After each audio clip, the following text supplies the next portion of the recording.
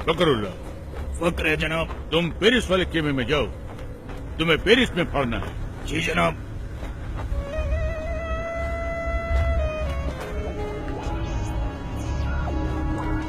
फकरुल्लाह। फक्र है जनाब। तुम अमेरिका वाले खेमे में जाओ, तुमको अमेरिका में फाड़ना है। जनाब। फखरुल्लाह। फखर है जनाब। वो तो हमको भी है, तुम पर। तुम हमारे साथ आओ, तुमको हिंदुस्तान में फाड़ना है। मुझे हिंदुस्तान में शहीद नहीं होना जनाब।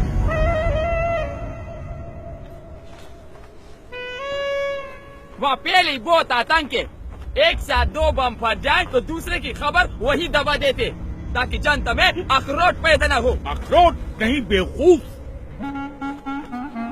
आक्रोश। बाकी का टीआरपी नेता ले जाते। मुझे तो इंटरनेशनल न्यूज बनना है। Love in Paris, americano. खामोश।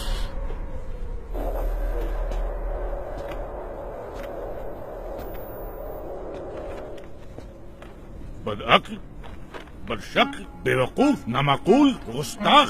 इसके लिए तुझे अंग्रेजी सीखनी चाहिए थी, काफिर की औलाद। अब तुम 2 ही जगह पढ़ सकता है, या पाकिस्तान या हिंदुस्तान। हिंदुस्तान जनाब। अल्लाह, सुभान अल्लाह, बरकतुल्लाह, इंतामुल हक, अल्लाह, ओस्मा बिन लादेन, अल्लाह। आओ मेरे साथ।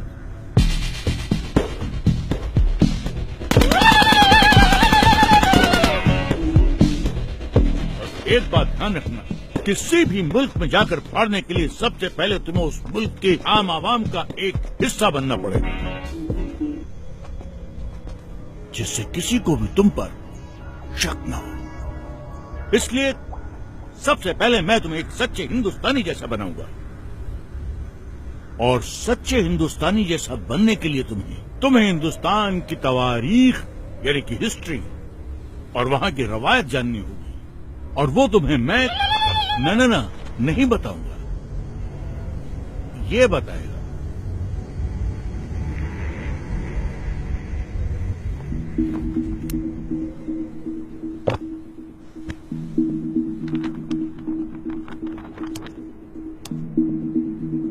We made a tryst with destiny, and now the time comes when we shall redeem our place. Among those Indians who are now abroad, I expect that Indians living in active countries or in बड़ी बात नहीं है बिस्मिल साहब।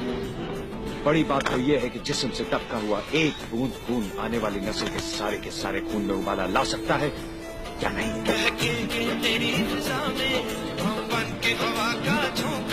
किस्मत वालों को मिलता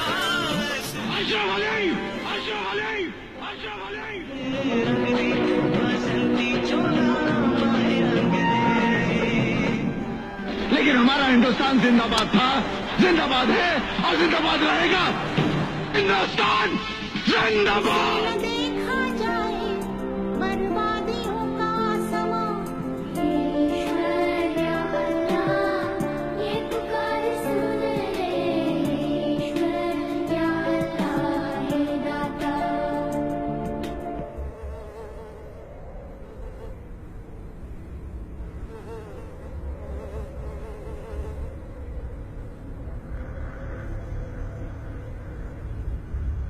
सुभान अल्लाह, अब तो एकदम हिंदुस्तानी जैसा लगता है। कैसा महसूस होता है? एकदम इंसान जैसा।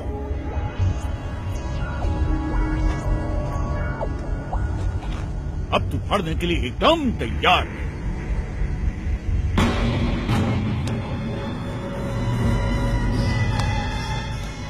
जाओ, अब फाड़ दो इसको।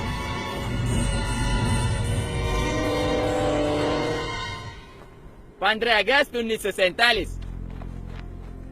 सैकड़ों स्वतंत्रता सेनानी, जिसमें मुसलमान, हिंदू, सिख, ईसाई चारों कौम की शहादत के बाद भारत को आजादी मिली।